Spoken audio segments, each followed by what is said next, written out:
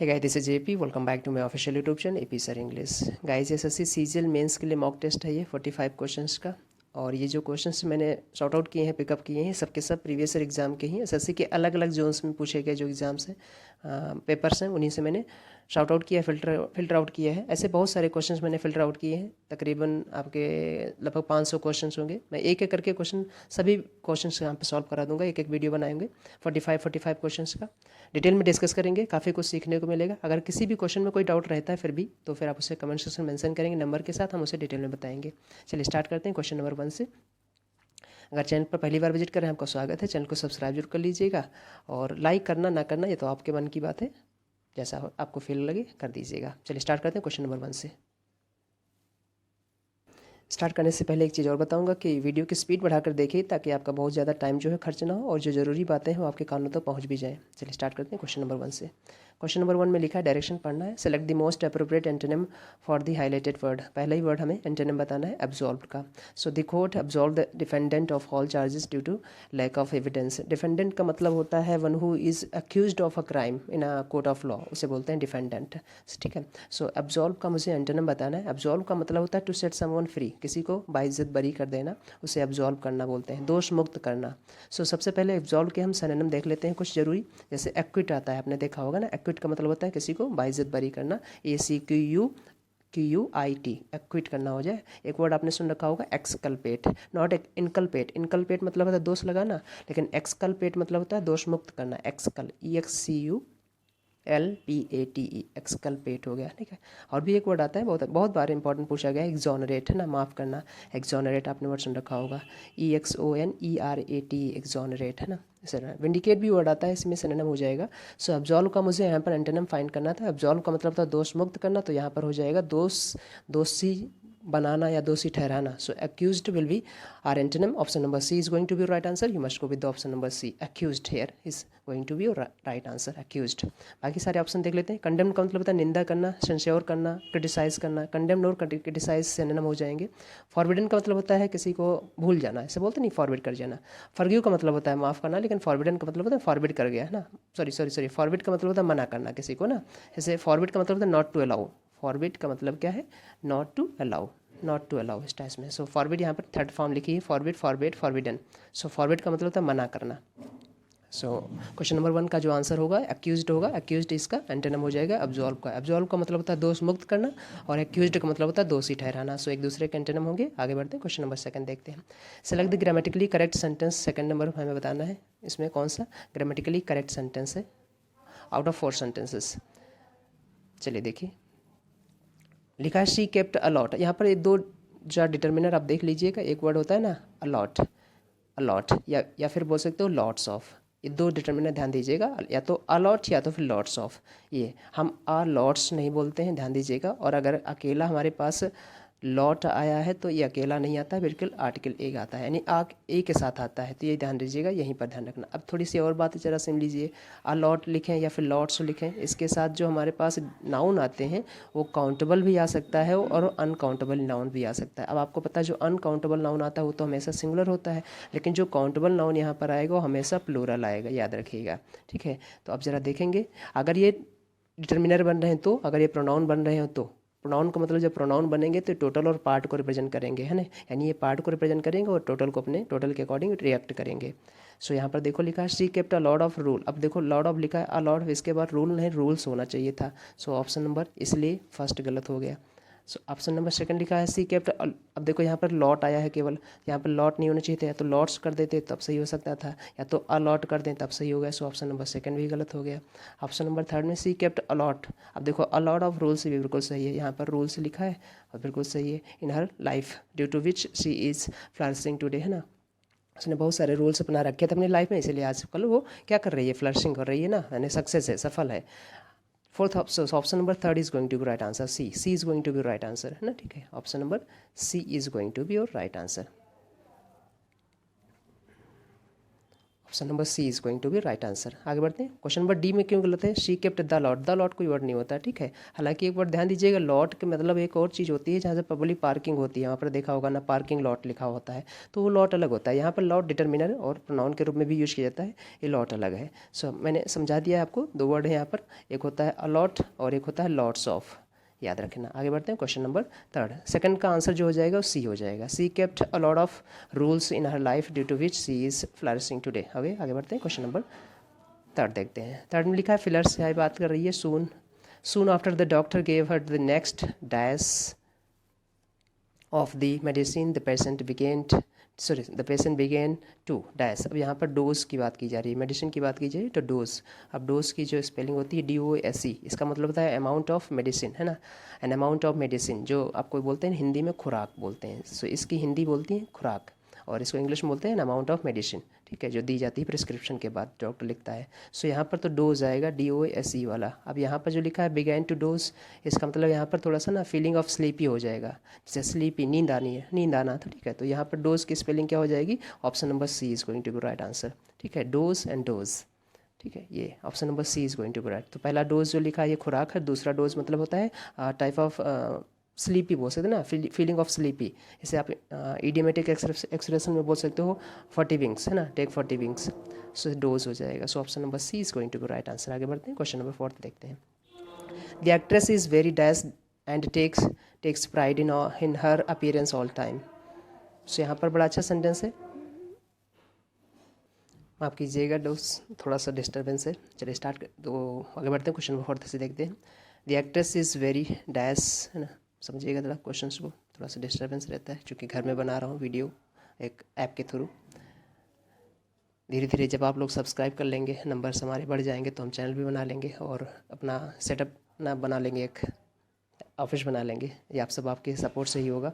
So question number fourth में कह रहा है कि the actress is very dash and takes pride in her appearance all the time, ठीक है। अब देखो यहाँ बात की गई है actress is very dash and take pride, यहाँ पर प्राइड की बात की गई है। सो एंड के बाद आपको पता ना सेम टाइप के वर्ड यहाँ पर लाते हैं, सो प्राइड के जैसा ही यहाँ पर वर्ड आना चाहिए। अब प्राइड का मतलब होता है घमंड, अभिमान, तो यहाँ पर अभिमान ही जैसा मीनिंग आना चाहिए। आपने एक कॉन्सेप्ट पढ़ रखा है ना, कोऑर्डिनेटिंग कंजंक्शन सेम टाइप के वर्ड को, सेम टाइप की फ्रेजेस को कैरी करते हैं। सो यहाँ पर अगर प्राइड आ गया तो इसका मतलब ऑप्शन हमारे पास ये प्राइड आ गया। अब ये इसलिए बता रहा हूँ क्योंकि ज़रूरी होता है आपको कॉन्फिडेंस आना, ठीक है, एग्जाम में आप श्योर हो जाओ कि हमारे पास यही वर्ड ही आएगा, क्योंकि यहाँ पर आगे प्राइड की बात की गई है। सो आगे प्राइड की बात की गई है तो आगे एंड से जुड़ा है ना, सो एंड से जुड़ा है तो इसका मतलब सिमिलर बात यहाँ पर भी आएगी। सो ऑप्शन जो फिल करना होगा वो मुझे कहीं ना कहीं घमंड वाला ही होगा। अब कौन सा ऑप्शन घमंड का आंसर दे रहा है ये हमें देखना है। सो ऑप्शन नंबर जो वेन लिखा है यहाँ पर जो ध्यान दीजिएगा, पहला ऑप्शन ए, इसका मतलब होता है ब्लड ट्यूब, है ना, सिरा जाए बोलते हो आई थिंक, ब्लड ट्यूब, है ना, इसे बोलते हैं ब्लड ट्यूब। जो WANE है, वेन का मतलब होता है टू डिक्रीज समथिंग ग्रेजुअली, है ना, कोई चीज़ धीरे धीरे कम हो जाए उसे हम बोलते हैं वेन कर जाना, मुरझा जाना, कम हो जाना, खत्म हो जाना, उसे वेन करना बोलते हैं। सो ऑप्शन नंबर बी है ये। सी में लिखा है वेन एक टाइप का ब्लेड होता है जो विंड की डायरेक्शन बताता है, विच वे इज़ ब्लोइंग, है ना, जो हवा है किस तरफ बह रही है उसका डायरेक्शन क्या है उसे हम वेन बोलते हैं, वेन। सो एक टाइप के ब्लेड होते हैं, पर होते हैं, जो आपने देखा होगा फैक्ट्री में लगे होते हैं या फिर इस टाइप्स में लगे होते हैं, इस टाइप का, तो वो दिशा सूचक बोलते हैं। कभी कभी लोग इसे दिशा सूचक भी बोल देते हैं, कभी कभी लोग इसे हवा सूचक भी बोलते हैं, विंड, है ना, विंड डायरेक्शन शो करता है। सो ऑप्शन नंबर जो डी लिखा है इसका मतलब आंसर होता है वेन। वेन का मतलब होता है प्राउड, अब ध्यान दीजिएगा, प्राइड, सॉरी, ठीक है, वेन का मतलब प्राइड है। अब ध्यान से जब समझेंगे, इस वेन के दो मीनिंग होती हैं जो वेन ऑप्शन नंबर फोर्थ है। एक तो इसका वेन का मतलब होता है फ्रूटलेस, यूजलेस, है ना, फ्रूटलेस निष्फल होना, यूजलेस होना, है ना, फ्रूटलेस होना या यूजलेस होना, इस टाइप्स में यूजलेस है। और दूसरा इसका वेन का मतलब होता है प्राइड, है ना, फीलिंग ऑफ प्राइड बोल सकते हो, फीलिंग ऑफ प्राइड। तो ये ध्यान दीजिएगा, इस वेन के दो मीनिंग है। अरे सी वेन का तो ईडियम आपने सुन रखा होगा, गो इन वेन, है ना, गो इन वेन। गो इन वेन का मतलब होता है सारे के सारे जो एफर्ट्स होते हैं या फिर कोई काम जो है निष्फल हो जाए, फ्रूटलेस हो जाए, उसे बोलते हैं my all efforts have gone in when. इसका मतलब क्या है, मेरे सारे प्रयास खत्म हो गए, बेकार गए। So option number D is going to be right answer. उम्मीद है अच्छे से समझ में आया होगा। आगे बढ़ते हैं, क्वेश्चन नंबर फिफ्थ देखते हैं। क्वेश्चन नंबर फिफ्थ में फिलर की बात की गई यहाँ पर। अगेन क्वेश्चन नंबर फिफ्थ में लिखा है reptiles dash from amphibians for a long period of 160 million years in earth history. Reptiles यहाँ पर लिखा था, थोड़ा स्पी गायब हो गई। Reptiles were the dominant form of life on the planet and dash in enormous variety of shapes and sizes. कहीं ना कहीं यहाँ पर इवोल्यूशन की बात की गई, उनके विकासशील या विकसित होने की बात की गई, इससे डेवलप की नहीं होगी क्योंकि आगे कंटिन्यूड दे रखा है, यहाँ पर कंटिन्यू वर्षा नहीं आएगा। ऑप्शन नंबर जो सी है is going to be right answer. Evolve, evolve का मतलब होता है विकसित होना, एग्जिस्टेड यहाँ पर बात की गई है, so option number C is going to be right answer. B option eliminate कर सकते थे क्योंकि एग्जॉस्टेड नहीं होगा, एग्जॉस्टेड का मतलब होता है इनर्वेटेड होना, लैक ऑफ एनर्जी होना, उसे एग्जॉस्टेड बोलते हैं, सो यहाँ पर नहीं होगा। डी ऑप्शन इसलिए एलिमिनेट कर सकते थे क्योंकि इन्वॉल्व होना, यहाँ पर कहीं इन्वॉल्व होने की शामिल होने की बात नहीं की जा रही है, सो बी और डी हमने खत्म कर दिया, ए और सी बचा। ए और सी से जो बेटर ऑप्शन है वो सी है हमारे पास, क्योंकि बात की गई यहाँ पर उनके विकासशील यानी विकसित होने की। So evolve is going to be right answer, option number C is going to be right answer. आगे बढ़ते हैं, क्वेश्चन नंबर 7 देखते हैं, सॉरी 6 देखते हैं।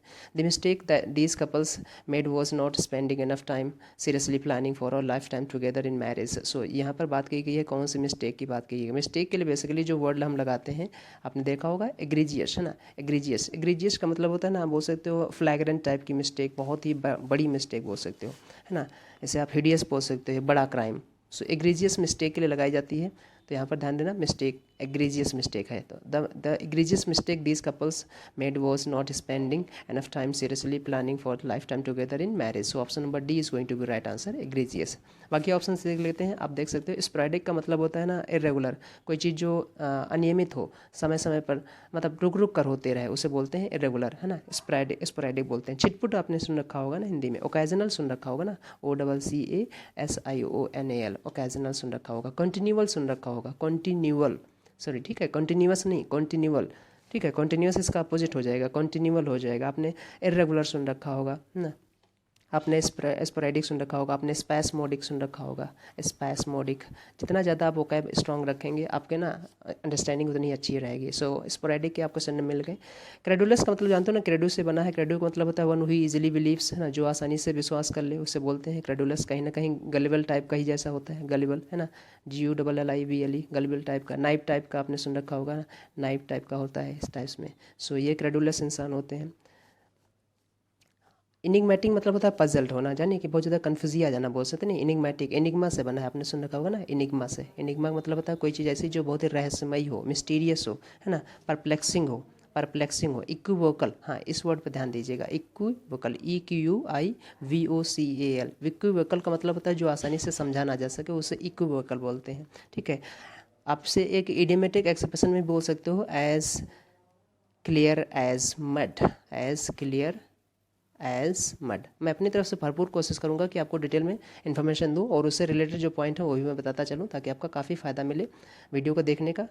सो egregious is going to be right answer. Egregious का मतलब होता है ना हीनस टाइप का है। सो एग्रीजियस के सिनोनिम आप देखना चाहते हो तो हीनस भी देख सकते हो, HENIOUS, है ना, हीनस बोल सकते हैं। हिडियस भी बोल सकते हो ना, हिडियस। फ्लैग्रेंट बड़ा अच्छा वर्ड है, बट है तो वर्ड नेगेटिव, बट पूछा बहुत ज़्यादा गया है, इसलिए मैंने बोला इसे बड़ा अच्छा वर्ड है, ठीक है। हिडियस हो गया, फ्लैग्रेंट हो गया, एग्रीजियस हो गया, वेरी बैड जिसे बोलते हो, एग्रीजियस का मतलब है ना।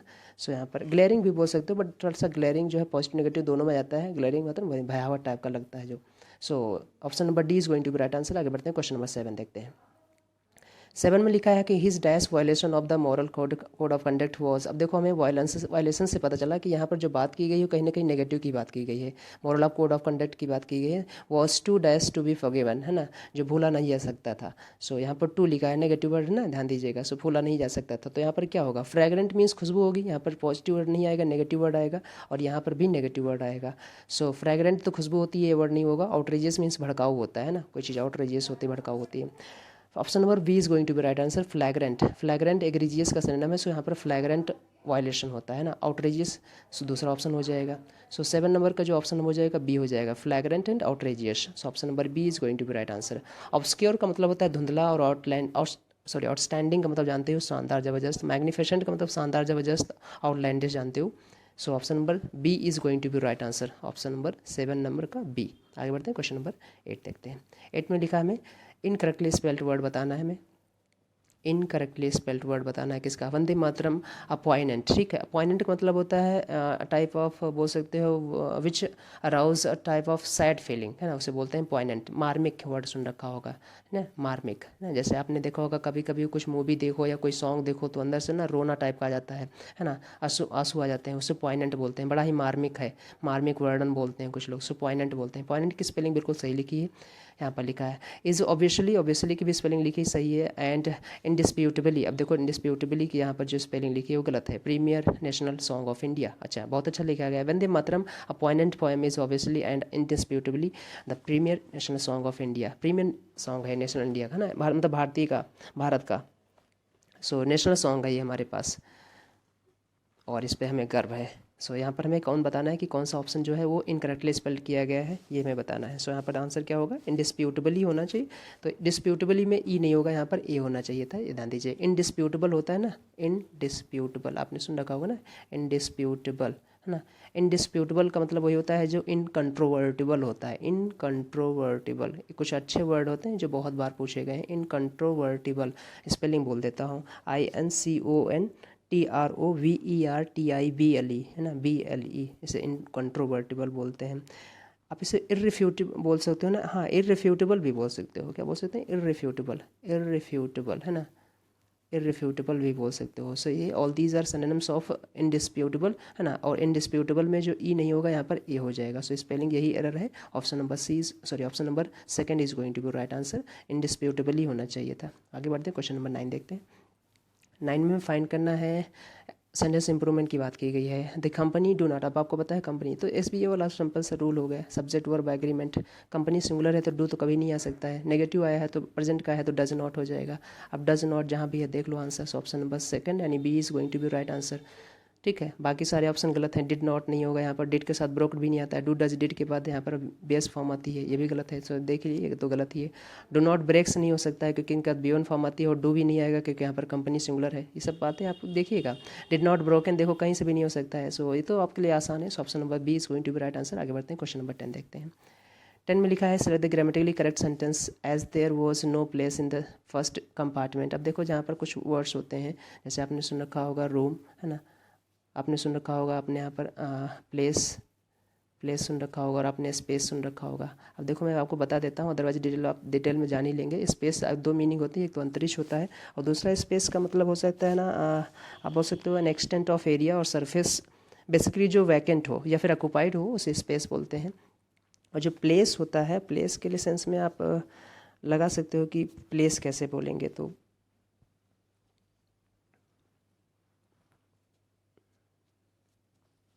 पोर्शन जिसे आप बोल सकते हो ना, कैसे समझा दूँ इसे आप, प्लेस मैं आपको सकता ना, जैसे आपको समझाने के लिए मैं बता दूं, जैसे बिल्डिंग हो गया, फ्लैट हो गया, सब आपके प्लेस कहे जाते हैं। या फिर आप उसे डेफिनेशन के रूप में अगर समझना चाहते हैं तो आप बोल सकते हैं portion of space occupied by a person है ना, अ पोर्शन ऑफ स्पेस है ना, इसे स्पेस की फिर से बात कर रहा हूँ।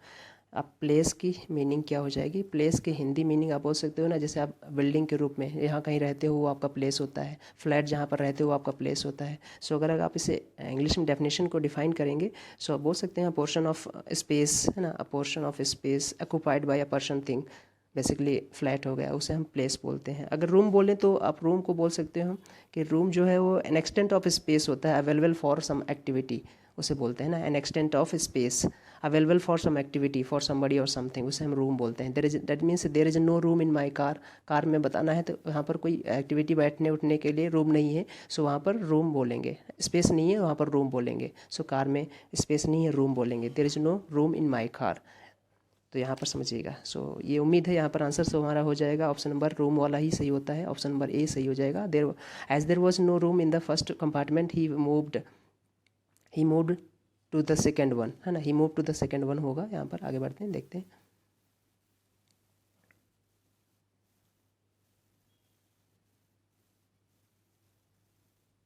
ये देखिए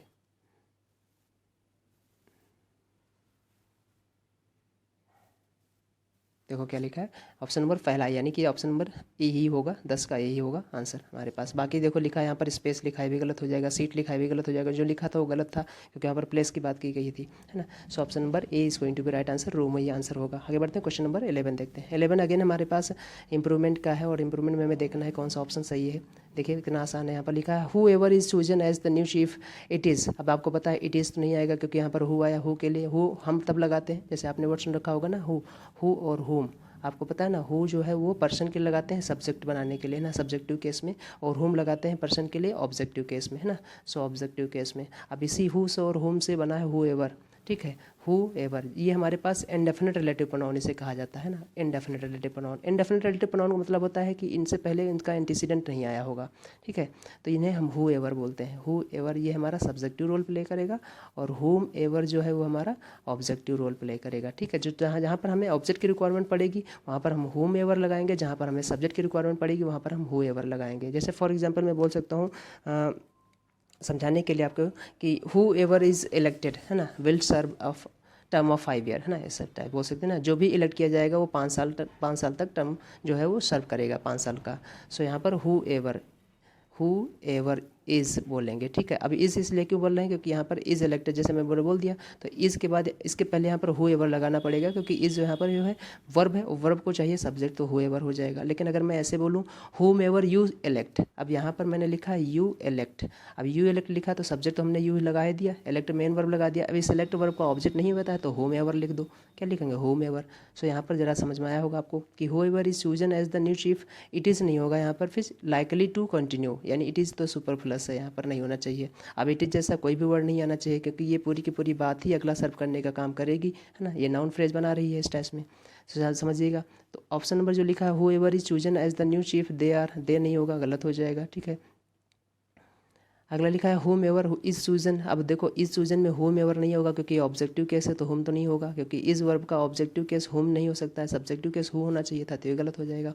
ऑप्शन नंबर सी लिखा whoever chosen as the new chief is likely to continue, ये बिल्कुल सही हो जाएगा। So option number C is going to be right answer, क्योंकि whoever is chosen as the new chief, जो कोई भी चूज किया जाएगा न्यू चीफ के रूप में वही कैरी करेगा आगे, कंटिन्यू करेगा आगे, है ना, इस टाइप में। सो यहाँ पे लिखा whoever is chosen as the new chief is, so option number C is going to be right answer. आगे बढ़ते हैं, क्वेश्चन नंबर 12 देखते हैं। 12 में हमारे पास लिखा है long term risk is rarely taken by air quality indices into account. ये सेंटेंस पैसिव में दे रखा था और इसमें हमें फाइंड करना है कि कौन सा एक्टिव में है। जब भी कभी सेंटेंस ऐसा आए जो इंप्रूवमेंट के केस में आए और उसमें हमारे पास पैसिव दे रखा हो और सेंटेंस में एक्टिव उसी का वर्जन एक्टिव दे रखा हो तो आप एक्टिव को चूज करेंगे, क्योंकि ज़्यादातर जो बातें हमारे पास वो एक्टिव वॉइस में लिखी जाती हैं। आपने देखा होगा जब भी आपको ऐसे या लेटर राइटिंग लिखना होता है तो कोशिश की जाती है कि एक्टिव वॉइस में चीज़ें लिखी जाएँ। सो एक्टिव वॉइस ज़्यादा मान्य होती है, यहाँ पर ऐसे पॉइंट ध्यान दीजिएगा। Long term risk is rarely taken by air quality indices to account, sorry indices into account. अब इसको शुद्ध भी बनाना है, सो ध्यान दीजिएगा। अब ऑप्शन देखते हैं, दो long term risk is rarely taken, यहाँ पर कोई कॉन्ट्रास्ट की बात नहीं की गई है, सो हम यहाँ पर कंजंक्शन ऑफ कॉन्ट्रास्ट लगा रहे हैं, दो ऑल दो इवन दो, ऐसा तो यहाँ पर कॉन्ट्रास्ट है नहीं क्योंकि लिखा है they also vary from place to place.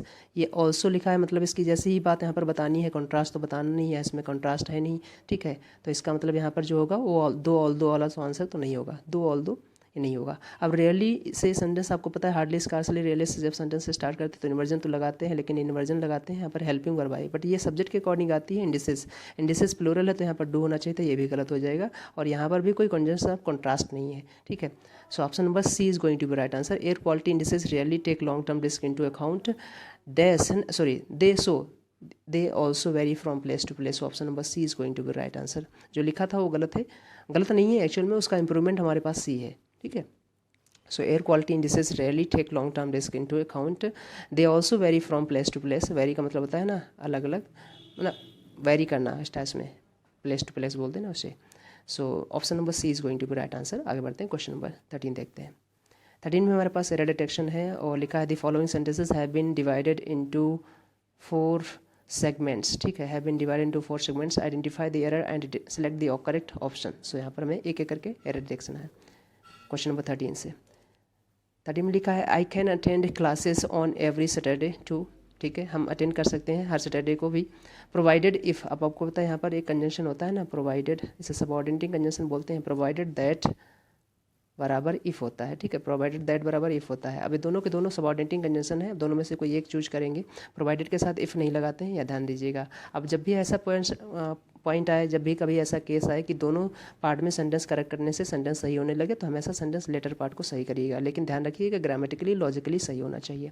So provided के साथ यहाँ पर या तो इफ़ को हटा दो, दैट लगा दो यहाँ पर, है ना, प्रोवाइडेड दैट, और या तो प्रोवाइडेड को हटा दो तो इफ़ वाला सही हो जाएगा, सही है। तो यहाँ पर ध्यान दीजिएगा, हम लेटर पार्ट चूज करते हैं, इफ़ की जगह पर दैट लगा देंगे। So option number C is going to be right answer. ध्यान दीजिएगा, सी ही बेस्ट होगा, बी ना करिएगा। I can attend classes on every Saturday too, provided if I don't have to work late on Fridays. यहाँ पर on Fridays बिल्कुल सही है।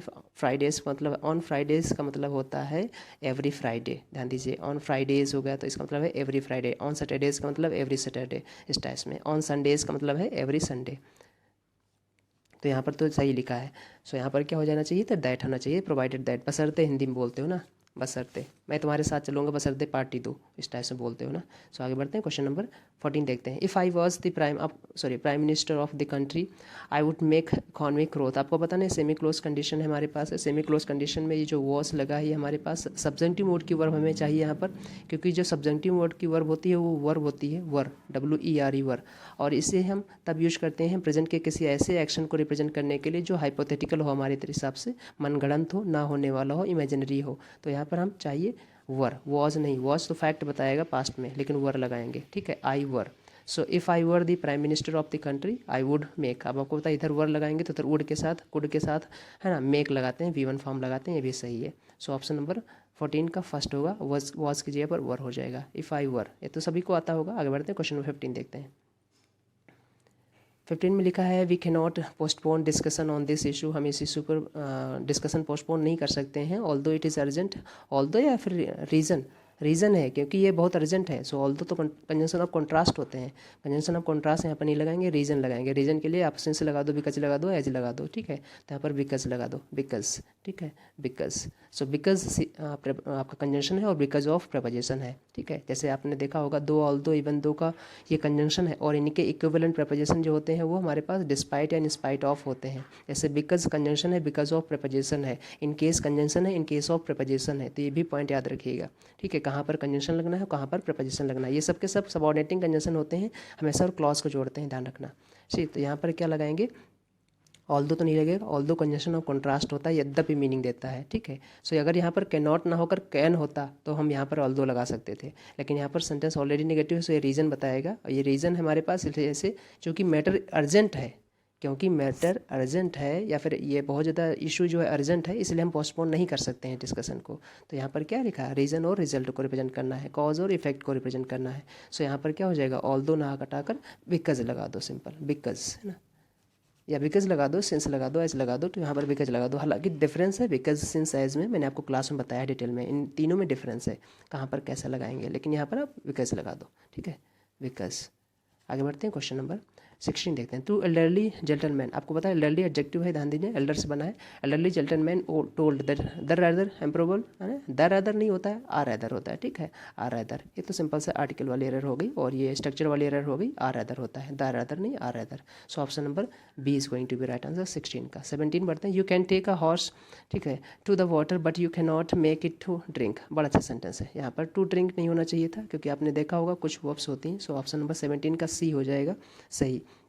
जैसे हमारे पास लेट हो गया, है ना, लेट हो गया, मेक हो गया, आपने देखा होगा, पढ़ रखा होगा, सी हो गया, वॉच हो गया, है ना, स्टाइस में बिड हो गया, हेल्प हो गया, इसी में हेल्प भी आता है। तो ये सब सेंटेंस, ये जो वर्ब्स हैं अगर एक्टिव वॉइस में यूज की जाए तो इनके बाद एक ऑब्जेक्ट आएगा और उनके बाद बेयर इन्फिनिटिव आती है। बेयर इन्फिनिटिव का मतलब होता है 2 + V1 में केवल V1 आएगा, 2 नहीं आएगा, उसे बोलते हैं। सो यहाँ पर जो लिखा था ना, you can take a horse, आप घोड़े को पानी तक ले तो जा सकते हो, लेकिन उसे आप जबरन पिला नहीं सकते हो। सो ये सेंटेंस कह रहा है, so you can take a horse to the water, sorry to the water but you can not make it to drink. So यहाँ पर मेक इट ड्रिंक हो जाएगा, मेक इट ड्रिंक, ठीक है। सो यहाँ पर ड्रिंक हो जाएगा। अब यहाँ पर कुछ लोग बोलेंगे कि सर वाटर के पहले आर्टिकल दा लगा देते हैं क्या? बिल्कुल लगा देंगे, जहाँ पर जरूरी बनाना हो, डेफिनेट बनाना हो, बिल्कुल लगा देंगे। सो यहाँ वाटर के पहले आर्टिकल दा सही है, ठीक है। यहाँ पर टू हटा जाएगा, सो यहाँ पर मेक इट ड्रिंक हो जाएगा। अब ये देखो बहुत कम ही लोग पकड़ पाए होंगे, उम्मीद है आप लोग समझ में आया होगा आपको। सो यहाँ पर कुछ हमारे पास वर्ब हैं जिन्हें हम पॉजिटिव वर्ब बोलते हैं, है ना, इन सब वर्ब को पॉजिटिव वर्ब बोलते हैं। जैसे मैं कहूँ कि मैं अपना घर पेंट करवाऊँगा, मैं अपना घर पेंट करवाऊँगा। So I will get my house painted, बोलते नहीं, I will get my house painted, इस टाइप में।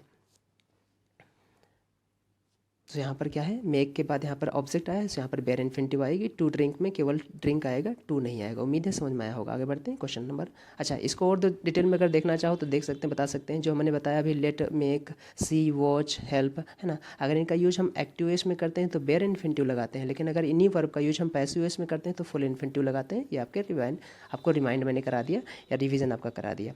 आगे बढ़ते हैं, क्वेश्चन नंबर 18 देखते हैं, होल्ड माई हैंड्स लेस्ट। अब आपको पता है लेस्ट के साथ नॉट नहीं आता है, लेस्ट का मतलब ये होता है कहीं ऐसा ना हो। ये आपको कंजंक्शन में पढ़ रखा होगा, कोरिलेटिव कंजंक्शन में सब लोग पढ़ाते हैं कि लेस्ट के साथ क्या लगाना, ठीक है, लेस्ट के साथ ना अगर कोई मॉडल वर्ब आएगी तो शुड आएगी और इसके साथ नॉट नहीं आएगा, ध्यान दीजिएगा, नॉट नहीं आता है, शुड नॉट कभी ना लगाइएगा, केवल शुड लगाइए या तो कोई मॉडल वर्ब ना लगाइएगा तब भी चल जाएगा। सो लेस्ट के बाद या तो मॉडल वर्ब जो लगाना है वो लगाना है शुड, है ना, और या फिर कोई मॉडल वर्ब नहीं आती है तब भी चल जाता है, लेकिन इसके अलावा कोई दूसरी मॉडल ना लगाइएगा और ना ही इसके साथ नॉट लगाएगा स्टैस में। सो यहाँ पर जो लिखा है होल्ड माई हैंड लेस्ट, कहीं ऐसा ना हो यू शुड नॉट गेट, नहीं यू शुड गेट, ठीक है, यहाँ पर नॉट हटा दीजिए। Option number B is going to be right answer, 18 का बी होगा। आगे बढ़ते हैं, question number 19, the current state of the literature on the efficacy under cognitive behavioral therapy for individuals with generalized anxiety disorder suggest क्या ये suggest जो verb I है पूरी की पूरी बात की है यहाँ से लेकर यहाँ तक की, तो ये जो पूरी पूरी बात हमारी क्लॉज है यहाँ से under cognitive the current state से लेकर। सो सजेस्ट सिंगुलर है, क्लॉज सिंगुलर होती है। That it is a promising treatment option, ठीक है, प्रॉमिसिंग ट्रीटमेंट ऑप्शन है, बहुत अच्छा सब जबरदस्त ट्रीटमेंट ऑप्शन है। सो यहाँ पर बात की गई है एफिकेसी, ये एफिकेसी का इससे रिलेशन बताना है, अंडर नहीं बताना है। सो ऑफ हो जाएगा प्रेपोजिशन ऑफ जो है रिलेशन बताता है, पोजीशन बताता है ना, सिलेक्शन बताता है। सो यहाँ पर ऑफ हो जाएगा, अंडर की जगह पर ऑफ हो जाएगा, ऑफ। आगे बढ़ते हैं, क्वेश्चन नंबर 20 देखते हैं। 20 में फाइंड करना है select the option that can be used as one word substitution, OWS हमें बताना है, ध्यान रखना इस सेंटेंस का आंसर क्या होगा। OWS में लिखा है कि anything pertaining two cats, anything pertaining two cats उसे फिलाइन बोलते हैं, फिलाइन कैटेगरी का होता है, जो बिल्ली कैटेगरी से हो, बिल्ली फैमिली से हो, फिलाइन बोलते हैं, ठीक है। कैनाइन डॉग के लिए बोलते हैं, आपको पता है डॉग के लिए बोलते हैं कैनाइन, और बोवाइन जो होती है वो काऊ फैमिली होती है, काऊ स्टैस में। टराइन भी होती है, काऊ फैमिली ही जैसा होता है बट बेसिकली बुल के केस में लगाते हैं इसे, है ना, बुल के केस में लगाते हैं। So feline is going to be right answer, option number C. Fear of snakes बोलते हैं उसे हम ओफिडियोफोबिया बोलते हैं, ophidiophobia. So option number C is going to be right answer. सांपों से डर लगना उसे ओफिडियोफोबिया। ऐसा कौन है जिसे सांपों से डर नहीं लगता, सबको लगता है भाई ओफिडियोफोबिया, यानी इसका मतलब सभी को ओफिडियोफोबिया है। So option number C is going to be right answer. आगे बढ़ते हैं, आगे ऑप्शन देख लेते हैं। यहाँ पर लिखा है ए क्लस्ट्रोफोबिया, ए आपको पता है क्लस्ट्रोफोबिया का मतलब होता है बंद या छोटे स्थानों से डर लगना। फियर ऑफ क्लोज्ड और स्मॉल स्पेसेस उसे बोलते हैं क्लस्ट्रोफोबिया। सेंजेनेसोफोबिया, ये बड़ा अच्छा वर्ड है, बी ऑप्शन। सेंजेनेसोफोबिया का मतलब होता है fear of meeting family members और रिलेटिव्स, उसे बोलते हैं रिश्तेदारों से मिलना या फैमिली के परिवार मेम्बर से मिलना, परिवार के मेम्बर से मिलना, उसे बोलते हैं सेंजेनेसोफोबिया। सो ऑप्शन नंबर जो बी है वो सेंजेनेसोफोबिया है। जेनोफोबिया का मतलब होता है फियर ऑफ मीटिंग अजनबी, है ना, स्ट्रेंजर्स, उसे बोलते हैं strangers. So fear of strangers का मतलब होता है जेनोफोबिया, है ना, जैसे जेनोक्रेसी आपने सुन रखा होगा, जब अजनबियों की तरह चलाई गई सरकार या विदेशियों की तरह चलाई गई सरकार, उसे बोलते हैं जेनोक्रेसी। सो यहाँ पर जेनोफोबिया का मतलब होता है फियर ऑफ स्ट्रेंजर्स। उम्मीद है सारे ऑप्शन समझ में आ रहे हैं। आगे बढ़ते हैं, क्वेश्चन नंबर 21 देखते हैं, 22 देखते हैं। An exact copy of something, किसी चीज़ की एग्जैक्ट कॉपी होना उसे फैसिमिल बोलते हैं, ऑप्शन नंबर सी हो जाता है, ये सभी आपको पता है। एक्जियम जानते हो ना, एक रूल होता है, एक बोल सकते हैं ना, अपना एक सेल्फ बिलीफ स्टेटमेंट होता है, उसे एक्जियम बोलते हैं। फेबल स्टोरी होती है जिसमें एनिमल के बारे में बताई जाती है, पटकथा, है ना। और एपिलॉग का मतलब होता है something that is added at the end of something, किसी चीज़ के एंड में कुछ ऐड कर दिया जाए उसे एपिलॉग बोलते हैं। प्रोलॉग का मतलब होता है कुछ जो स्टार्टिंग में ऐड किया जाए उसे प्रोलॉग बोलते हैं। और एपिलॉग का मतलब जो एंड में कुछ ऐड किया जाए, प्ले के, बुक के, है ना, किसी किताब के, किसी प्ले के, गेम के एंड में कुछ ऐड किया जाए उसे एपिलॉग बोलते हैं। उम्मीद है समझ में आया होगा। सो 22 का जो आंसर हो जाएगा वो सी हो जाएगा। आगे बढ़ते हैं, क्वेश्चन नंबर 23 देखते हैं। चलिए आगे बढ़ते हैं, क्वेश्चन नंबर 24 देखते हैं। क्वेश्चन नंबर 23 देखते हैं। Select the incorrectly spelled word, है ना, इनकरेक्टली स्पेल्ड वर्ड हमें बताना है यहाँ पर कौन सा जो वर्ड है इनकरेक्टली स्पेल्ड किया गया है। वोमिटस, आपको पता है वोमिटस का मतलब होता है समथिंग दैट इज वोमिटेड, है ना, समथिंग दैट इज वोमिटेड, जो उल्टी कर दिया तो उसे बोलते हैं उल्टी, है ना। या फिर बोल सकते हो मटेरियल एग्जेक्टेड बाय वोमिटिंग, उसे वोमिटस बोलते हैं। वोमिटस की 2 स्पेलिंग होती है, ध्यान दीजिएगा। एक और वर्ड होता है, don't get confuse between vomitous, VOMITOUS भी होता है ना, TOUS होता है, एक बार फिर से लिख देते हैं, VOMITOUS ये भी होता है। और एक होता है वोमिटस, वो VOMITUS, तो ये बिल्कुल सही है, यानी ऑप्शन नंबर ये तो सही लिखा है। वेरीफिएबिलिटी की स्पेलिंग गलत है, क्योंकि आपको पता है वेरीफाई होता है ना, एक वर्ड आपने सुन रखा होगा ना, वेरीफाई, है ना। और वेरीफाई को वेरीफिएबल अगर हम बोले तो कैसे बोलेंगे, VERIFIABLE, ए बी है ना, एल ई, वेरीफिएबल हुआ। अब इसी का नाउन बनाना है हमें, ये तो एडजेक्टिव है तो इसी का नाउन बनाना है, टी वाई लगा देना है तो वेरीफिएबिलिटी हो जाएगा। आपको पता है ई हटेगा टी वाई लग जाएगा, ठीक है, आई टी वाई। सो यहाँ पर क्या नहीं मिसिंग है, ऑप्शन नंबर बी वाले में यहाँ पर वेरीफिएबिलिटी में एफ के बाद आई है, आई के बाद ए नहीं है। सो इसको सही स्पेलिंग क्या हो जाएगी, VERIFIABILITY, वेरीफिएबिलिटी। ये सभी को पता होना चाहिए। So option number B is going to be right answer. Verifiability का मतलब होता है वेरीफाई, मतलब एबल टू बी वेरीफाइड मतलब होता है ना। वॉलप्चुअस का मतलब बेसिकली होता है ना, जो बहुत ही बोल सकते हो थोड़ा सा अट्रैक्टिव टाइप का है ना, इरोटिक टाइप का, उसे वॉलप्चुअस बोलते हैं। बिल्कुल सही तरीके से लिखा गया है। वर्मिनस मतलब फुल ऑफ वर्मिन्स होता है, कीड़े मकोड़े वाला, तो वो याद रखना, बिल्कुल सही लिखा है। सो ऑप्शन नंबर 23 का B is going to be right answer. 24 में लिखा है अकरेंस। अकरेंस में क्या होता है, डबल आर होता है ना, OCCURRENC है ना। सो अकरेंस में स्पेलिंग गलत है। ऑप्शन नंबर 24 का तो ए हो जाएगा, अकरेंस है ना, OCCURRENC। यहाँ पर क्या होना, डबल आर। सुपरसीड का मतलब होता है किसी को पछाड़ देना, किसी का स्थान ले लेना है ना, टेक समवन्स प्लेस। सुपरसीड बिल्कुल सही लिखा है। हैरेसमेंट बिल्कुल सही लिखा है। प्रताड़ना, एग्जैजरेट, बढ़ा चढ़ा कर बोलना, बिल्कुल सही लिखा है। सो ऑप्शन नंबर 24 का ए हो जाएगा, अकरेंस। अकरेंस में डबल आर होना चाहिए, OCCURRENCE, अकरेंस है ना। आगे बढ़ते हैं, क्वेश्चन नंबर 25 देखते हैं। 25 में सिनोनिम फाइंड करना है किसका, डिटरमाइन का। डिटरमाइन का मतलब होता है दृढ़ निश्चयी होना है ना, एडमेंट होना, डिटरमाइन बोलते हैं ना। फर्म होना, एडमेंट हो गया, इसके सिनोनिम हो जाएंगे। So resolute is going to be right answer. Resolute इसका सिनोनिम हो जाएगा, ठीक है। और भी वर्ड अगर आपने देना चाहते हो आप देख सकते हो। डिटरमाइन के बहुत सारे वर्ड हमारे पास हैं, आप पढ़ रखे भी होंगे बहुत सारे वर्ड ना। फर्म हो गया है ना, रेजुलेट हो गया, स्टबर्न हो गया, एडमेंट हो गया, डिटरमाइंड होते हैं ना, इस टाइप के वर्ड होते हैं। सो बाकी वर्ड जो देख लेते हैं। लोथ का मतलब होता है घृणा करना, ऐसे बोलते हैं ना, लोथसम एक्ट। सो घृणित हो कोई चीज़, लोथ हो, नफरत करने योग्य, उसे लोथ बोलते हैं। हेजिटेंट मतलब one who hesitate to do something. Hesitant का मतलब होता है संकोची, जो संकोच करे कुछ करने में। फाल्टरिंग का मतलब होता है जो गलती करने वाला, फाल्टरिंग बोलता है ना, उसे फाल्टरिंग बोलते हैं ना। So option number D is going to be right answer. Determine का सिनोनिम में फाइंड करना है रेजुलेट। डिटरमाइन का मतलब होता है फिक्स्ड है ना, बहुत ही दृढ़ संकल्प होना, दृढ़ संकल्प होना, जो आसानी से हार ना माने, डिटरमाइंड है, उसे बोलते हैं रेजुलेट बोलते हैं। डिसीज का मतलब होता है गिड़गिड़ाना। गिड़गिड़ाने के सेंस में हमें सिनोनिम बताना है। गिड़गिड़ाने का सिनोनिम जो होता है इम्प्लोर होता है ना, इम्प्लोर। इम्प्लोर का मतलब होता है गिड़गिड़ाना। सो ऑप्शन नंबर 26 का ए हो जाएगा। डिसीज का मतलब होता है गिड़गिड़ाना किसी के आगे ना, तो डिसीज बोल सकते हैं उसे। बाकी ऑप्शन देखते हैं। पैम्पर का मतलब प्यार, लाड प्यार दुलार है ना।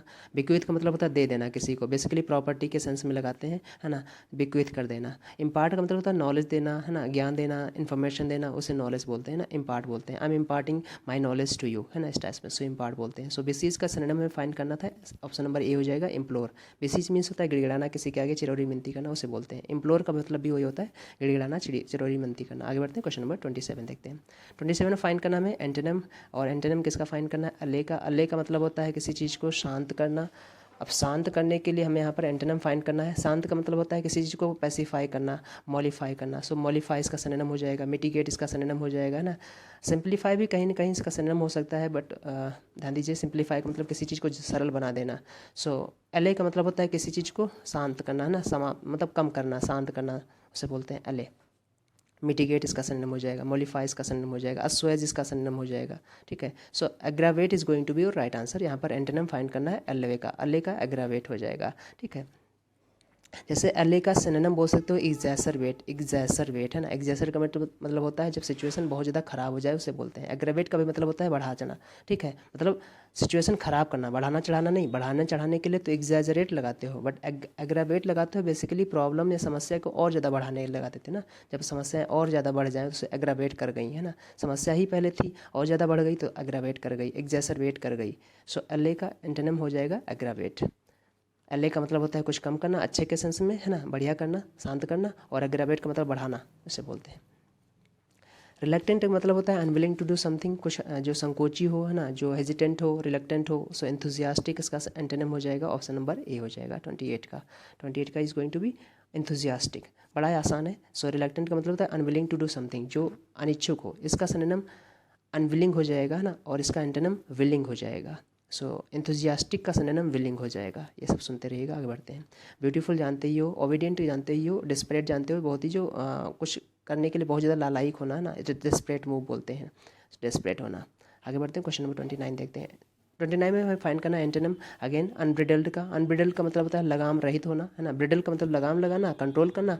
अनब्रिडल्ड का मतलब अनकंट्रोल्ड बोल सकते हो ना। सो अनकंट्रोल्ड इसका हमें सिनोनिम हो जाएगा, सॉरी एंटोनिम हो जाएगा। नहीं नहीं नहीं नहीं, अनकंट्रोल्ड तो इसका सिनोनिम हो जाएगा, कंट्रोल्ड इसका एंटोनिम हो जाएगा, ठीक है, क्योंकि अनब्रिडल्ड का एंटोनिम फाइंड करना था। सो ऑप्शन नंबर बी हो जाएगा 29 का। क्या हो जाएगा? बी हो जाएगा 29 का।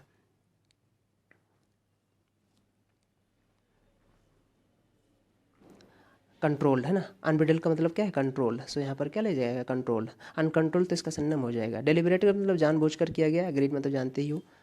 आगे बढ़ते हैं, क्वेश्चन नंबर 30 देखते हैं। सो एक बार फिर से देखेंगे, 29 का हमें एंटोनिम फाइंड करना था अनब्रिडल्ड का। अनब्रिडल्ड का मतलब होता है लगाम, बेलगाम हो जाना, बोलते नहीं बेलगाम होना, है ना। ब्रिडल का मतलब होता है लगाम लगाना, और अनब्रिडल्ड का मतलब होता है बेलगाम होना, यानी अनकंट्रोल होना। इसका सिनोनिम हो जाएगा, तो कंट्रोल्ड इसका एंटोनिम हो जाएगा। हमें कंट्रोल चूज करना है, so option number B choose कर लेंगे। क्वेश्चन नंबर 30 देखते हैं। 30 में लेगा फाइंड करना है choose the correct option to fill in the blank. Fill in the blank में मुझे करेक्ट ऑप्शन चूज करना है और इसका आंसर देना है जैसी पिंक पैन, ठीक है, sorry Walter white ventured into an illegal drug business. अच्छा, विद जैसी pink man after he dash diagnose with cancer, क्योंकि डायग्नोज जब उसको कैंसर पता चल गया तो उसके बाद वो इस बिजनेस में इंटर किया गया। मतलब इसका मतलब ये हुआ कि जो डायग्नोज किया गया है ये पहले हुआ है ना, यानी पता पहले चला तब इसके बाद इंटर हुआ हो। तो यहाँ पर जो वर्ड आएगा वो आफ्टर आएगा।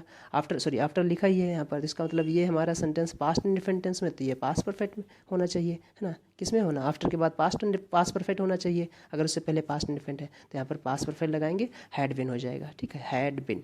सो ऑप्शन नंबर क्या हो जाएगा? सी हो जाएगा, क्योंकि ये वाला इंसिडेंट बाद में हुआ, सबसे पहले हुआ होगा और उसके बाद ये हुआ होगा। तो आपको पता है जो पास्ट में दो इंसिडेंट होते हैं और दोनों में गैप ऑफ टाइम हो, तो जो हमारे पास जैसे मैंने कहा ये A1 है और ये A2 है, अगर ये A1 A2 से पहले हुआ है तो ये पास्ट, अगर A2 भी पास्ट में हो तो A1 past of the past में कहा जाएगा। पास्ट ऑफ द पास्ट को हम पास्ट परफेक्ट बोलते हैं। सो यहाँ पर डायग्नोज पहले किया गया, नहीं उसको, सॉरी डायग्नोज मतलब उसका पता लगना, है ना।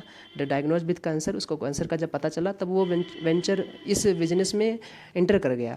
और इंटर क्यों कर गया उसके पीछे रीज़न दिया गया उन्होंने, सो दैट ताकि he could leave behind a large Fortune, ताकि वो काफ़ी लंबी संपत्ति छोड़ सके, that could support his family in his absence, जो अब उसके अब्सेंस में उसकी फैमिली को भरण पोषण कर सके। सो यहाँ पर हैड बीन हो जाएगा, बिल्कुल सिंपल सा सेंटेंस है। Option number C is going to be right answer. आगे बढ़ते हैं, क्वेश्चन नंबर 23 देखते हैं, सॉरी 31 देखते हैं। 31 में लिखा लेट द डस्ट सेटल, बोलते नहीं धूल जमने दो। चलो जैसे कोई मैटर होता है, कोई मैटर हो गया हो तो आप बोलते हैं ना थोड़ा सा शांत होने दो, मामला थोड़ा सा शांत होने दो, तो बातें देखते हैं, पूछते हैं क्या होता है, तो उसी को बोलते हैं लेट द डस्ट सेटल, है ना। यानी कि चीज़ें थोड़ा सा काम डाउन होने दो, उसे बोलते हैं लेट द डस्ट सेटल। धूल जमने दो, थोड़ा सा धूल जम जाने दो, थोड़ा सा रुक जाने दो, उसे बोलते हैं। So to wait for situation to become clear and certain. So option number B is going to be right answer. Blowing smoke का मतलब होता है किसी को धोखा देने के सेंस में, किसी को चीट करने के सेंस में कोई एक्टिविटी करना, है ना, उसे बोलते हैं blow smoke. So option number B is going to be right answer. To lie to perplex others, है ना, ब्लो द स्मोक बोलते हैं ना उसे। सो ब्लोइंग स्मोक जैसे आप बोल सकते हो ना, टू डेलिबरेटली कंफ्यूज और मिसलीड समवन, है ना, उसे बोलते हैं ब्लोइंग स्मोक या blow smoke. So option number B is going to be right answer. आगे बढ़ते हैं, क्वेश्चन नंबर 33। अब देखो 33 से हमारे पास स्टार्ट जो हो रहा है वो क्लोज टेस्ट स्टार्ट हो रहा है। क्लोज टेस्ट को अच्छे से पढ़िएगा, लिखा है पहले यहाँ पर, ध्यान से समझ लेंगे, है ना। अब क्लोज टेस्ट करने का एक आसान तरीका आपको मैं बता देता हूँ कि पहले आप पैसेज को ग्रो थ्रू कर जाइए करिएगा ना, पहले पूरे पैसेज को ऐसे पढ़ जाइए without filling option. Option fill नहीं करना हमें, किसी भी ऑप्शन में कोई फिल नहीं करना है, ऐसे पढ़ जाना है, तो आपको एक आइडिया मिल जाएगा, एक ना आपको क्रक्स मिल जाएगा, इस ना बोलते नहीं सेंट्रल आइडिया मिल जाएगा कि इस पैसेज जो पैसेज है किसके बारे में बात की जा रही है, पैसेज की टोन क्या है, पॉजिटिव है, नेगेटिव है, या फिर पैसेज का टाइम टेंस क्या है। तो ऐसे भी बहुत सारी आपको हेल्प मिल जाती है। सो यहाँ पर लिखा है there is a saying that coming events cast their shadow, यानी पे कहा जाता है कि एक कहावत है कि जो आने वाले इवेंट्स होते हैं वो अपने ना एक छाप छोड़ जाते हैं, पहले छोड़ते हैं, पहले बताते हैं, यानी आने का संकेत करते हैं। सो यहाँ पर लिखा है there is a saying that coming events cast their shadows before, है ठीक है। अब यहाँ पर लिखा है it is not universally true. अब देखो यहाँ पर नेगेटिव बात की गई, इसका मतलब यहाँ पर जो कंट्रास्ट आएगा, ये पॉजिटिव कही गई तो यहाँ पर नेगेटिव बात की गई, हालांकि ऐसा हमेशा नहीं सही होता है। सो ये ऑप्शन है आपके पास, बड़े अच्छा है। देखो मैं आपको बढ़ा देता हूँ, ऑप्शन बता देता हूँ, सो पढ़ लीजिएगा, आसान है, टफ नहीं है ना इस टाइप में।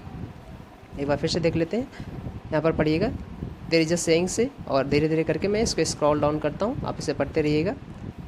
यहाँ से सॉरी थोड़ा सा डिस्टर्ब हो रहा है, इस टाइप में समझिएगा। और यहाँ पर अब ये 37 तक है, मैं आपको ऑप्शन बता देता हूँ इसके।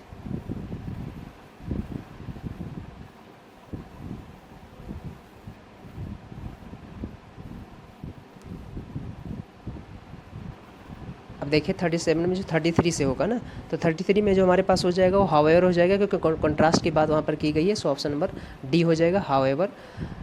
34 में जो हो जाएगा हमारे पास वो हो जाएगा आपका फॉरसी करना, वहाँ पर भविष्यवाणी करने की बात गई है, 34 का सी हो जाएगा। 35 में जो लिखा है वो मोर एवर होना चाहिए था वहाँ पर, है ना, 35 में मोर एवर ना, सो मोर एवर हो जाएगा वहाँ पर, ऑप्शन नंबर बी हो जाएगा। और 36 में जो हो जाएगा वो बिसाइड्स हो जाएगा, साथ ही साथ बात कही गई है एडिशनल में, बिसाइड्स हो जाएगा। 37 में देयरफॉर रिजल्ट की बात कही गई, सो ऑप्शन नंबर डी हो जाएगा, है ना, इस टाइप में। एक बार 33 का डी डॉग है हाउएवर, 34 का सी है फॉर सी, 35 का बी है मोर एवर, 36 का सी है बिसाइड्स और 37 का डी है देयरफॉर। ऐसे ही हमारे पास क्लोज टेस्ट नंबर 2 है, ये भी बड़ा आसान है। During the days of slavery, गुलामी के दिनों की बात की जा रही है, किसी पर्सन के बारे में बात की गई है। There lived dash very hard working slave. अब यहाँ पर जो बात की गई है तो पहले अनकाउंटेबल नाउन आया, सॉरी काउंटेबल नाउन आया और इनडेफिनेट के रूप में यूज किया गया है, तो यहाँ पर आर्टिकल का यूज करना होगा, ए लगाएंगे और आगे ए ही मिलेगा आपको। वन डे, एक दिन क्या हुआ, फ्रीडम जो है ही रैन अवे, है ना, फ्रॉम हिज मास्टर्स हाउस, एक दिन क्या हुआ, अपन भाग गया अपने घर, है ना, मास्टर के घर से। As he passed a forest, जैसे ही वो जंगल के पास गुजरा, है ना, या जंगल से गुजरा, ही सा, उसने देखा a lion dash with pain. अब यहाँ पर लगना ऐसा लगता है चिल्लाते हुए, है ना, एक लायन देखा उसने चिल्लाते हुए दर्द में। For a huge thorn had pierced hits पा, एक बड़ी सी थॉर्न जो है उसके पा में घुसी हुई थी, पियर्स की गई थी, हुई थी, है ना। द स्लेव फेल्ड सॉरी, उसको बड़ा ही खेद हुआ, है ना, बड़ा ही दुख हुआ फॉर द लायन के लिए। And took out the thorn, और उसने थॉर्न को बाहर कर लिया जेंटली, बड़े ही जेंटल तरीके से। द ग्रेटफुल लायन, जो एहसानमंद जो लायन था, शेर था, लिक्ड द स्लेव हैंड, उसने स्लेव के हैंड को लिक किया, चाटा, है ना। बट जस्ट देन, और तभी both of dash were captured by the soldiers, और तभी दोनों के दोनों पकड़ लिए गए, यहाँ पर बात की गई सोल्जर्स के द्वारा।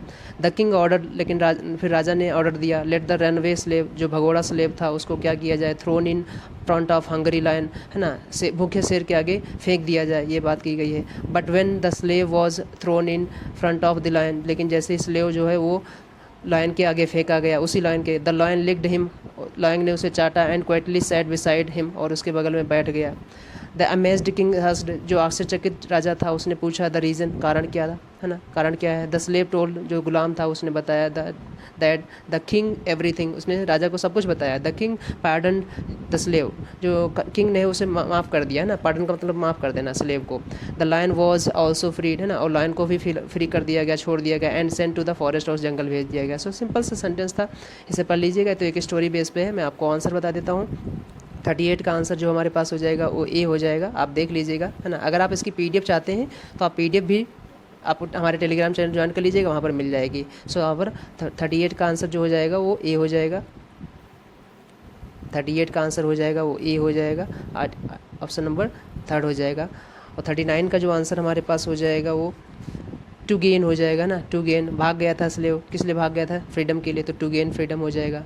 40 में लिखा है यहाँ पर रॉयरिंग, यानी दहाड़ते हुए, है ना, दर्द में दहाड़ रहा था शेर, लायन, जो रॉयरिंग हो जाएगा। 41 में देम हो जाएगा, कि दोनों की बात कही है, दोनों के लिए प्रोनाउन देम लगाते हैं, सो देम हो जाएगा आगे, है ना। आगे बढ़ते हैं, क्वेश्चन नंबर 42 में जो लिखा है वहाँ पर हमारे पास लेट के साथ लिखा है, तो लेट के बाद आपको पता है बेर फॉर्म आती है, तो बेस फॉर्म हो जाएगी बी, है ना, ऑप्शन नंबर बी हो जाएगा। अब आगे देख लेते हैं जम्बल्ड बड़ा आसान है। 41 में लिखा है at last having used up every tower they wrote each haste and Tibron on the minute hand of the great clock. इसके बाद लिखा है so they climbed the balls to the top of the school and found a number of tennis ball. Okay, in doing so, ऐसा करते हुए, सो जब claim भी किया ऐसा करते हुए, तो BC एक हमारा पेयर हो गया। अब BC हमारा पेयर जिस पे है ध्यान रखना, सो इस बात को ध्यान रखिएगा कि BC हमारा पेयर किस में है, एक बार जरा गौर करेंगे, आप आ जाइए। तो BC हमारा पेयर बन गया है, ये बात समझिएगा, BC। अब देखते हैं, लिखा है कि दे लाइक्ड इट सो मच, वो क्या पसंद कर गए, है ना, अप देयर, ऊपर, सो कहीं ना कहीं ऊपर बात की जा रही है ना, टावर की बात की जा रही है। That they went back again and spent their time craving their names on the top of every tower. So यहाँ पर जो आंसर हो जाएगा वो BDAC हो जाएगा, BDAC, है ना, नहीं रुक जाइए ज़रा, AC होना चाहिए था, BDAC होना चाहिए था, BC पेयर बनेगा, नहीं बनेगा, माफ़ कर दीजिएगा, यहाँ पर BC तो पेयर नहीं बनेगा, है ना, BC पेयर इसलिए नहीं बना है, AC आपका पेयर बन जाएगा ना, AC, देखो यहाँ पर eight last having used up every tower they wrote H stand T brown on the minute hand of the great clock, है ना, ऐसा उन्होंने किया। और ऐसा करते हुए इन डूइंग सो यहाँ पर ए के बाद सी आना चाहिए ना, ए सी पेयर होगा, ए सी पेयर होगा ना। ऐसा करते हुए they hold up the minute hand, है ना, उन्होंने मिनट हैंड को सो अपसेट कर दिया ना, ख़राब कर दिया। सो ऐसा करते हुए उन्होंने मिनट हैंड को अपसेट कर दिया क्लॉक की। सो यहाँ पर ए के बाद सी आना चाहिए ना, ए सी हमारा पेयर हो जाएगा। अब ए सी पेयर किस में है देख लीजिए। और ए सी पेयर हमारे पास दो ऑप्शन में है, एक है ऑप्शन नंबर 4 में और एक ऑप्शन नंबर है 1 में। सो सेकंड और थर्ड तो ख़त्म हो गए हमारे पास बचा फर्स्ट और फोर्थ। अब फर्स्ट और फोर्थ में फिर हम देख लेंगे कि हम बी से स्टार्ट करें या ए से स्टार्ट करें। At last having used up every tar, उससे अच्छा है कि बी से स्टार्ट करो। So they climbed up the halls to the top of the school and found a number of tennis balls. इसके बाद क्या किया, दे लाइक्ड इट, हाँ उन्होंने पसंद किया it so much, up climb किया, ऊपर चढ़े। और उसी अप को यहाँ पर क्लाइम करने के सेंस में बता रहा है। सो क्लाइम के सेंस में अप लगा है। Up adverb of phrase, adverb of place होता है ना, ऊपर को तो बताता ना अप, यहाँ पर क्लाइम के सेंस में लगा रहा है। इसका मतलब बी के बाद डी आना चाहिए। So B D A C is going to be right answer. Option number first is going to be right answer, है ना, option number first B D A C, B D A C, है ना, B D A C is going to be right answer, B D A C. आगे बढ़ते हैं, question number 44 देखते हैं। 44 again हमारा जम्बल्ड है, फिर से समझ लीजिएगा। लिखा है more children go to school than at any time in the pass, है ना, past, but more children today are out of school than any time in the past. अच्छा बात की गई। इसके बाद यहाँ पर बी से लिखा है but it is not enough to blame the high birth rate for this state of affairs. Indeed, whatso made can be reasonably argued that continued mass illiteracy is not. There are more literacy. इसका मतलब option number D initiate करेगा, क्योंकि initiating subject हमारे पास क्या है, initiating point जो है option number D है। डी से स्टार्ट होने वाला सेंटेंस आंसर सही हो जाएगा और डी से केवल एक ही आंसर से है। सो सिंपल सा आंसर है हमारे पास, option number 4 is going to be right answer. ठीक है, क्या हो जाएगा इसका 44 का option number D is going to be right answer, D dog, D A B C, D A B C. तो सिंपल सा है। There are more literate people, है ना, in India today than ever before, but there are also more illiteracy than ever before. ठीक है, इसके बाद ए के बारे में बात की गई है, फिर बी, फिर सी, है ना, इस टाइप में। सो ऑप्शन नंबर 44 का जो आंसर हो जाएगा वो डी हो जाएगा, डी ए बी सी, 44 हो जाएगा, डी ए बी सी। आगे बढ़ते हैं, क्वेश्चन नंबर 45, ये लास्ट है हमारे सेंटेंस का, इस टेस्ट मॉक टेस्ट का। Select the correct option to form a meaningful sentence. Meaningful sentence में फाइंड करना है ऑप्शन चूज करके। सो ऑप्शन नंबर बी यहाँ पर हो जाएगा इसका सही। इसको चूज करेंगे और आंसर हमारा बनेगा, did you know that men commit 4 times as many driving offenses as women do. ठीक है, ये हमारे पास हो जाएगा। So option number B is going to be right answer, B ball. So with this हमने एक मॉक टेस्ट कंप्लीट कर लिया है। उम्मीद है सब कुछ अच्छा लगेगा, आपको समझ में आएगा। अगर कोई डाउट रहे किसी भी क्वेश्चन में तो आप उससे कमेंट सेक्शन में मेंशन कर सकते हैं, पूछ सकते हैं, मैं बता दूंगा। चलिए मिलते हैं नेक्स्ट वीडियो में, तब तक अपना ध्यान रखिएगा, ख्याल रखिएगा। टाटा बाय बाय, जय हिंद दोस्तों।